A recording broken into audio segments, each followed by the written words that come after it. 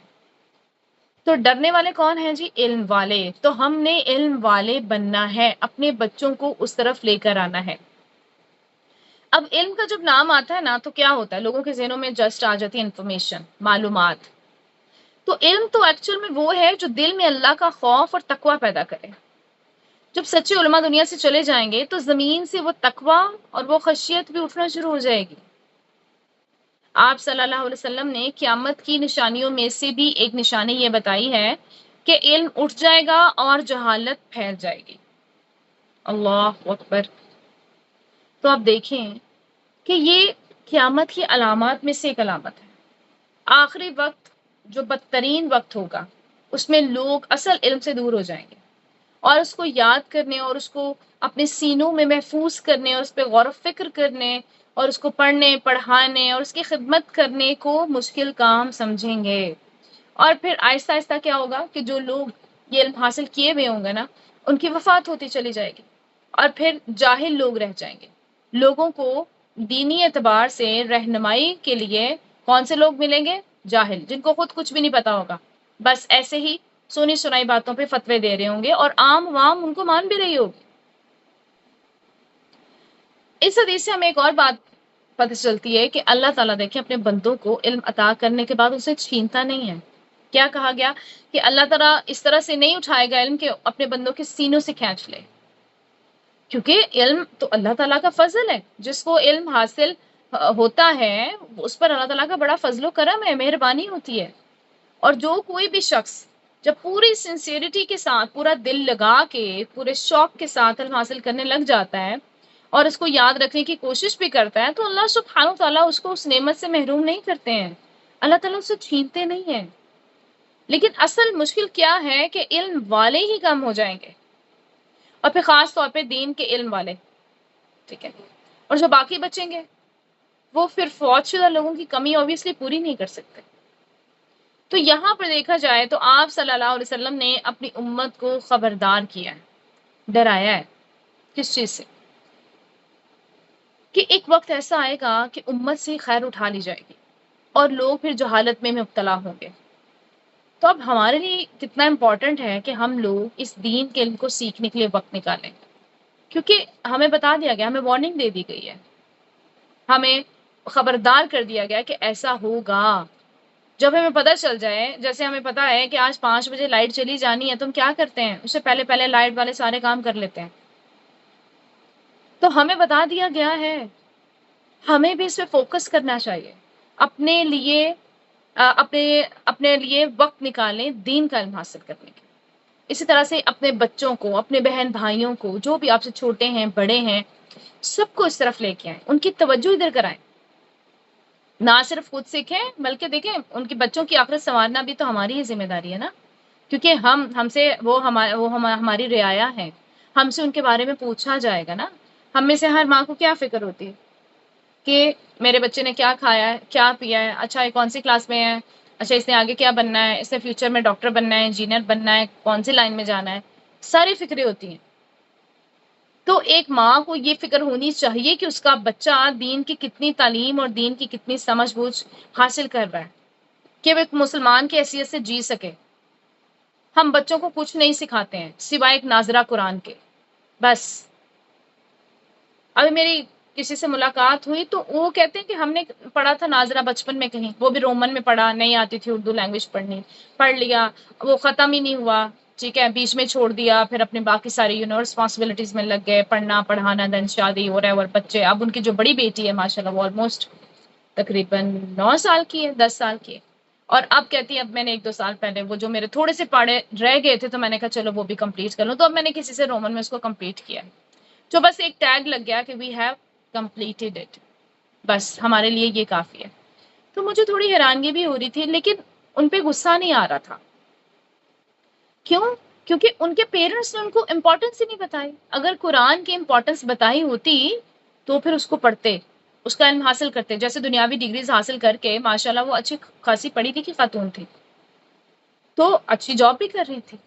لیکن ہمارے جو گھر والے ہیں نا وہ ہمیں بتاتے نہیں ہیں، انفارم نہیں کرتے ہیں، اور پھر ہم دنیا کی مصروفیات میں ایسے چل پڑتے ہیں کہ ہمیں کچھ خبر ہی نہیں ہوتی ہے کہ دین بھی کچھ ہے۔ جب ہمیں لگتی ہیں ٹھوکریں دنیا سے، جب ہمارا ہسبینڈ اچھا نہیں نکلتا، جب ہمارے بچے اچھے نہیں نکلتے، تب ہمیں دین یاد آ جاتا ہے، پھر ہم آتے ہیں اللہ کی طرف، یا اللہ ہمارے غم دور کر دے۔ پھر پتہ چلتا ہے ہمیں، اوہو ہم نے تو کتابیں پڑھنی تھی، ہم نے تو قرآن پڑھنا تھا، ہم نے تو حدیث پڑھنی تھی، یہ تو ہمیں بڑا سکون دے رہا ہے۔ بہت سارے ایسے لوگ ہیں جو بالکل لاسٹ ایج کہہ سکتے ہیں اس میں آگے پڑھ رہے ہیں تو کہتے ہیں ہم نے تو ساری زندگی ضائع کر دی۔ اس لیے جو زندگی لوگ ضائع کر چکے ہیں ان کی زندگیوں سے ہمیں سیکھنا چاہیے۔ ہم جس بھی عمر کے حصے میں ہیں علم حاصل کریں، اور اگر ہم بھی کچھ زندگی کا حصہ ضائع کر چکے ہیں تو ہم کبھی نہ چاہیں کہ ہمارے بچے یہ حصہ ضائع کریں، وہ کل کو کبھی نہ پچھتائیں۔ اس لیے اپنے بچوں کو دین کی تعلیم دیں، دلوائیں پراپر، تاکہ جو علماء ہیں ان کے لیے بھی جابس ہوں۔ بہت سارے لوگ ہیں علم حاصل کرنا چاہتے ہیں قرآن کا، دین کا، لیکن پھر وہ کیوں رک جاتے ہیں کہ ہمیں کیا ملے گا، ہمیں جاب نہیں ملے گی، ہمیں کام نہیں ملے گا، اور اگر ملے گا تو اتنی لو سیلری ہوگی کہ ہمارے گھر کا خرچہ نہیں چلے گا. سو بیٹر ہے کہ ہم کوئی دوسرے پروفیشن میں چلے جائیں. سو اگر ہم دین والوں کو پراپرلی ان کی جو بھی اجرت ہے وہ ان کو دیں، کیونکہ ان کے بھی بیوی ہوتی ہے، بچے ہوتے ہیں، خامند ہے، گھر والے ہیں، ان کے بھی اتنے ہی خرچے ہیں جتنے ایک عام انسان کے ہیں. تو ہم کیوں لوگوں کو مجبور کر رہے ہیں کہ وہ دین کی طرف آئیں ہی نہ؟ اگر ہم پراپرلی قرآن ٹیوٹرز کو پے کریں تو وہ کہیں اور نہ جائیں. تو اس لیے ہمیں اس طرف بھی توجہ دینی چاہیے. بس کسی بھی طریقے سے ہمیں لوگوں کو بھی اور اپنے آپ کو، اپنی پوری نسل کو قرآن کے ساتھ، حدیث کے ساتھ جوڑنا ہے. ہمیں اس کی بھی فکر ہونی چاہیے. ہمیں پتہ ہونا چاہیے کہ اس کو بنیادی مسائل کا کتنا علم ہے، کتنا نہیں ہے. کیا عقیدے کی بنیادی چیزیں ہیں اسے پتہ ہے کہ وہ شرک سے بچ سکے؟ اسے پتہ ہے بدعت کیا ہوتی ہے، وہ بدعت سے بچ سکے؟ کسی بھی ایسے نظریے سے متاثر نہ ہو کہ جو اس کے ایمان میں بگاڑ پیدا کرنے والا ہو. اسی طرح عبادات کو ٹھیک سے ادا کرنا آتا ہو. ٹھیک ہے، اگر آپ کسی بھی ریلیشن شپ میں ہیں تو پھر اس کو پتا ہو کہ یہ بڑا ہے تو مجھے بڑے کے ساتھ کیسے بات کرنی ہے، یہ چھوٹا ہے تو مجھے چھوٹے کے ساتھ کیسے بات کرنی ہے. تمیز ہونی چاہیے چھوٹے بڑے کی. پھر اسی طرح سے لوگوں کے معاملات عام لوگوں کے ساتھ بھی، اور خاص جو کوئی اگر ان کا کوئی فیلڈ ہے، کسی بھی بزنس یا جاب میں ہے، تو ان کے ساتھ وہ کیا معاملہ کر رہے ہیں، حلال کھا رہے ہیں، حرام کھا رہے ہیں، کہیں سود تو نہیں کھا رہے ہیں، کہیں کسی کے ساتھ دھوکہ تو نہیں دیتے ہیں، کہیں کسی کا مال ہڑپ تو نہیں کر رہے ہیں. یہ ساری فکریں ہمیں ہونی چاہیے. ہمیں فکریں کم ہوتی ہیں، ہمیں ہوتا ہے بس ہمارے بچے کما کے لے آئیں اور ہم کھائیں. ہم مائیں نہیں پوچھتی ہیں کہاں سے کمایا، بس پیسہ. اسی طرح سے بیویوں کا بھی یہ فرض ہے، جب بندے کما کے لاتے ہیں تو بیویوں کو پوچھنا چاہیے یہ کہاں سے آئے ہیں، آپ کی تو یہ کام نہیں تھا، آپ کی تو یہ جاب نہیں تھی، آپ کی تو اتنی سیلری نہیں ہے، ایکسٹرا پیسے آئے تو کہاں سے آئے. اگر ہم چیک اینڈ بیلنس رکھیں گے تو وہ بھی سدھرے رہیں گے. کیونکہ دیکھیں وہ تو مرد ہے نا، گھر سے باہر نکلتے ہیں، باہر طرح طرح کی چیزیں دیکھتے ہیں، اپنے بچوں کی بھوک دیکھتے ہیں، اپنی بیوی کی پریشانی، اپنی ماں کا دکھ تکلیف، ان کی دوائیاں، یہ سب چیزیں دیکھتے ہیں نا، تو ان کا ایمان کہیں نہ کہیں اوپر نیچے ہو جاتا ہے. اب ہم نے ان کے ایمان کو سٹیبل کرنا ہے، ہم نے ان کو کہنا ہے کہ ہمیں کوئی تنگی نہیں ہے، ہمیں کوئی پریشانی نہیں ہے، ہم ٹھیک ہیں. اس طرح سے ہم اپنا بھی دین بچائیں گے اور ہم ان کے بھی دین کو بچانے میں ان کے مددگار بنیں گے. تو اس لیے کہنے کا مقصد یہ ہے کہ حلال حرام، زکوٰۃ دینی ہے نہیں دینی ہے، کس کو دینی ہے، یہ سب چیزیں ہمیں ایک نارمل انسان کو پتہ ہونی چاہیے. ہمیں لگتا ہے کہ اگر ہم کوئی کورس کر لیں گے نا 2 سال کا 3 سال کا تو ہم عالمہ بن جائیں گے. ہم عالم عالمہ نہیں بنتے ہیں، ہمیں تو بیسک نالج آتا ہے. وہ بیسک نالج جو ہمارے پیرنٹس کو ہمیں دینا چاہیے تھا، جو ہمیں اپنے بچوں کو دینا چاہیے، اور ہم نہیں دے پاتے ہیں جسٹ بیکاز ہمارے پاس خود نالج نہیں ہے. سو ہمیں خود نالج لینا ہے. یہ کورس کر کے ہم کوئی عالم عالمہ کا ٹیگ نہیں لگوا رہے ہیں، رائٹ؟ صرف اپنا عمل بہتر کرنے کی کوشش کر رہے ہیں. اور اگر ہمیں کوئی اچھی بات پتہ چلتی ہے ہم کسی دوسرے بندے کو بھی بتا دیتے ہیں، ہم اپنے بچوں کو بھی بتاتے ہیں تاکہ ان کی بھی آخرت سمجھ سکے. تو بحیثیت والدین اپنے بچوں کی آخرت کے بارے میں ہمیں، ان کے دین کے بارے میں ہمیں فکر مند ہونا چاہیے. کم از کم اتنا علم تو ان کو ضرور دیں کہ جس سے وہ اپنی زندگی کو اسلام کے مطابق گزار سکیں. صرف ناظرہ قرآن پڑھا دینا از ناٹ انف. یہ ہماری رسپانسبلٹی یہاں ختم نہیں ہو جاتی ہے. اپنے بچوں کو پھر اسلام پہ وہ بھی قائم رکھ سکیں، ان کو اتنا نالج دیں کہ آگے وہ بھی اپنی جنریشن کو سدھار سکیں. کیونکہ جو دین انسان گھر سے سیکھتا ہے نا اس کی بات ہی کچھ اور ہے. ٹھیک ہے، اور گھر میں ہو سکتا ہے کہ آپ بہت بڑی عالمہ نہ ہو، تو جتنا آپ کو نالج ہے خود پڑھائیے. اور اگر نہیں پڑھا سکتے، آپ کو کچھ نہیں پتا ہے، تو پھر استاد کا انتظام کیجیے. اتنی اسکول کی فیس ہم بھرتے ہیں، یہاں کی بھی بھریے، دیجیے ان کو خوشی سے دیجیے تاکہ لوگ یہ علم بھی حاصل کریں اور آگے پڑھانے کی طرف بھی آئیں. ٹھیک ہے، ایسے بہت سارے پڑھے لکھے طالب علم موجود ہیں جو 8 سال علم میں لگانے کے بعد کوئی درزی کا کام کر رہا ہے، کوئی ٹیکسی چلا رہا ہے، تو کوئی کچھ اور کر رہا ہے. ایسے لوگوں کو ایکسپلور کریں کہ کون علم والے ہیں، ان کو معقول تنخواہوں پہ اپنے بچوں کی تعلیم کے لیے گھر میں بلائیں، ہائر کریں ان کو، تاکہ ان کی بھی روزی کا وسیلہ بنے اور دین کا کام نہ رکے، ورنہ دین کا کام رک رہا ہے. اسی طرح سے اگر ہم آج کل کے لحاظ سے دیکھیں تو دیکھیں گوگل سوشل میڈیا کے جو علماء ہیں نا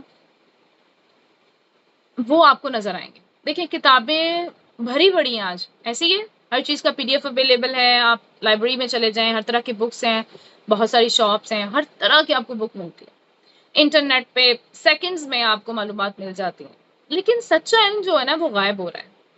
آج ہر شخص جس کے پاس موبائل ہے وہ فیس بک، ٹک ٹاک، یوٹیوب، بس انہی پر بیٹھ کے کیا بنا ہوا ہے؟ مفتی بنا ہوا ہے۔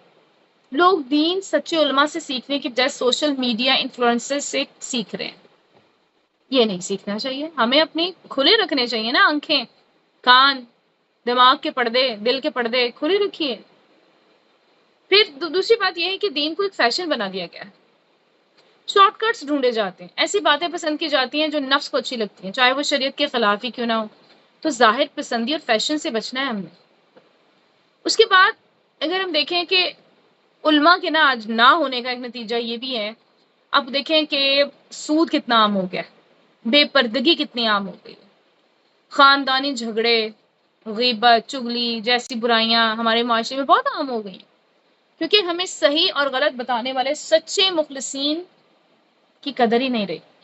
تو جب قدر نہیں رہی تو وہ تو چلے جائیں گے پھر، اور جو ان کی جگہ لے رہے ہیں وہ اسی طرح کے انفلوئنسرز ہیں جن کو ہم بغیر تحقیق کے بس فالو کیے جا رہے ہیں، ہمیں نہیں پتا کہ اس بات کا دین کے ساتھ کوئی تعلق بھی ہے یا نہیں۔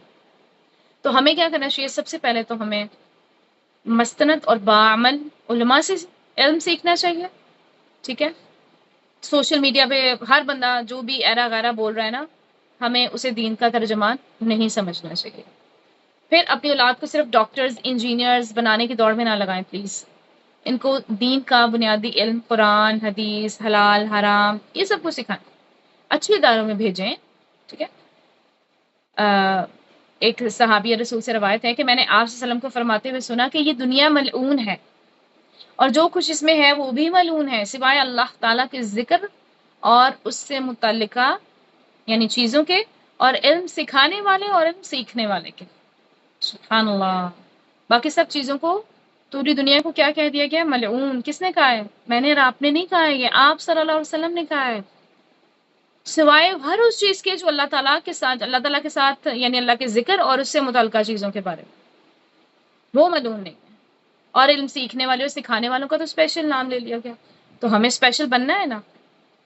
تو روزانہ گھروں میں ہمیں قرآن پاک کا ترجمہ بھی پڑھنا چاہیے، حدیث پڑھنے کا معمول بنانا چاہیے۔ جب ماں علم والی ہوں گی اوبیسلی تو نسلیں بھی علم والی ہوں گی۔